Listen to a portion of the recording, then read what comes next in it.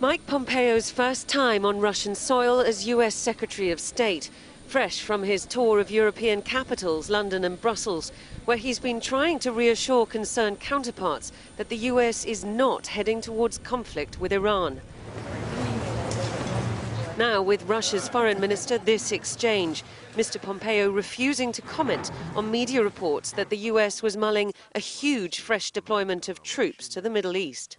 We're looking for Iran to behave like a normal country, and that's our ask. And we have applied pressure to the leadership of the Islamic Republic of Iran to achieve that. We fundamentally do not seek a war with Iran.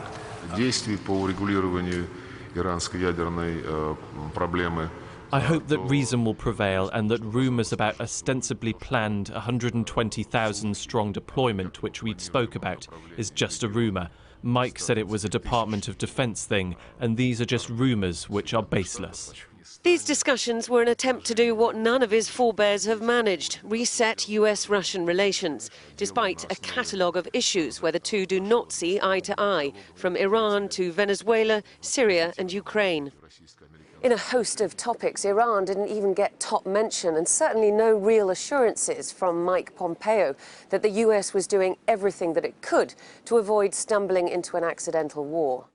On arms control, a shared desire to renew dialogue, possibly including China in talks, though it remains to be seen if China's interested. And a stern warning to Russia on that painful topic, election meddling. Interference in American elections is unacceptable. If the Russians were to engage in that in 2020, it would put our relationship in an even worse place than it has been, and encourage them not to do that, we would not tolerate that. Russia's president, late for talks with the US Secretary of State, said he hoped that today's discussions would lead to better bilateral ties. An improvement in US-Russian relations, even as the Trump administrations with Iran take a worryingly different course.